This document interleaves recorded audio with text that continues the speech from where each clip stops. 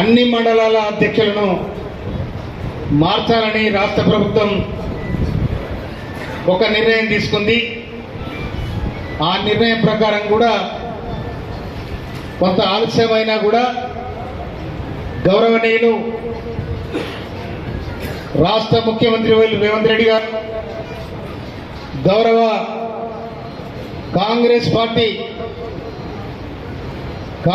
Pradesh Congress party అధ్యక్షులు మహేష్ కుమార్ గౌడ్ గారు, గౌరవ మన జిల్లా మంత్రివర్యులు ఉత్తమ్ కుమార్ రెడ్డి గారు, గౌరవ మన పార్లమెంట్ సభ్యులు గౌరవనీయులు చావల కిరణ్ కుమార్ రెడ్డి గారు, వారి ఆశీర్వాదంతో ఇవాళ ఈ 9 మంది మండల పార్టీ అధ్యక్షులను అధికారికంగా ప్రకటించడం జరిగింది. కనుక నేను మండల పార్టీ అధ్యక్షులందరూ కూడా మనం చేస్తా ఉన్నా, జాతీయ కాంగ్రెస్ పార్టీలో అవకాశం రావడం చాలా అరుదు.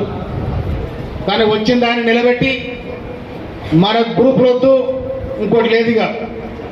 అన్నదమ్ముల నలుగురు అన్నదమ్ములు ఉంటేనే ఒకరికి ఒక తీరుకుంటారు, ఒక్కొక్క తీరుకుంటారు. ఏది బాధపడాల్సిన అవసరం లేదు. అందుకోసం మీరు అందరూ కలుపుకొని ఖచ్చితంగా పార్టీని బలోపేతం చేయడానికి ప్రయత్నం చేయాలని చెప్పి నా సహకారం పూర్తి ఉండదని చెప్పి మీకు అభ్యర్థిస్తున్నాను. ఎందుకంటే ఇక్కడ 3 సార్లు కాంగ్రెస్ పార్టీ ఓడిపోయింది.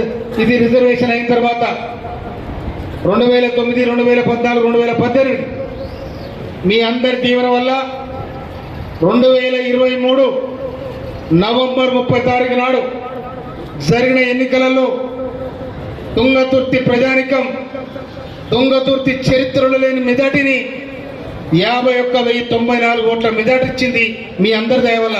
మీ అందరూ కూడా నేను చేతులెత్తి మొక్కుతా ఉన్నాను. అదేవిధంగా గౌరవనీయులు మన పార్లమెంట్ సభ్యులు శ్యామల కిరణ్ కుమార్ రెడ్డి గారికి 71,000 మెజార్టీ ఇచ్చింది. ఇది మా ఘనత మనకే దక్కింది, అది మన నియోజకవర్గానికి దక్కింది.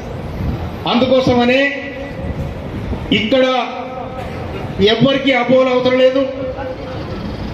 రాష్ట్ర కాంగ్రెస్ పార్టీ అధికారికంగా ప్రకటించడం వల్ల మీరు అధికారికంగా మండల పార్టీ అధ్యక్షులైన కనుక మీరు గ్రామాలను తిరగాలి, గ్రామ కమిటీలు వేసుకోవాలి. ఇక్కడ ఉన్న రాష్ట్ర ప్రభుత్వం చేపట్టిన ప్రతి కార్యక్రమాన్ని ప్రజల మధ్య తీసుకుపోయే ప్రయత్నం చేయాలని మనం చేస్తా ఉన్నాం. రాష్ట్ర ముఖ్యమంత్రి రేవంత్ రెడ్డి గారు డిసెంబర్ 7 తారీఖు నాడు ఎల్బీ స్టేడియంలో ముఖ్యమంత్రిగా ప్రమాణ స్వీకారం చేసినాడు. 2 రోజుల తర్వాత 9 తారీఖు నాడు సోనియా గాంధీ బర్త్డే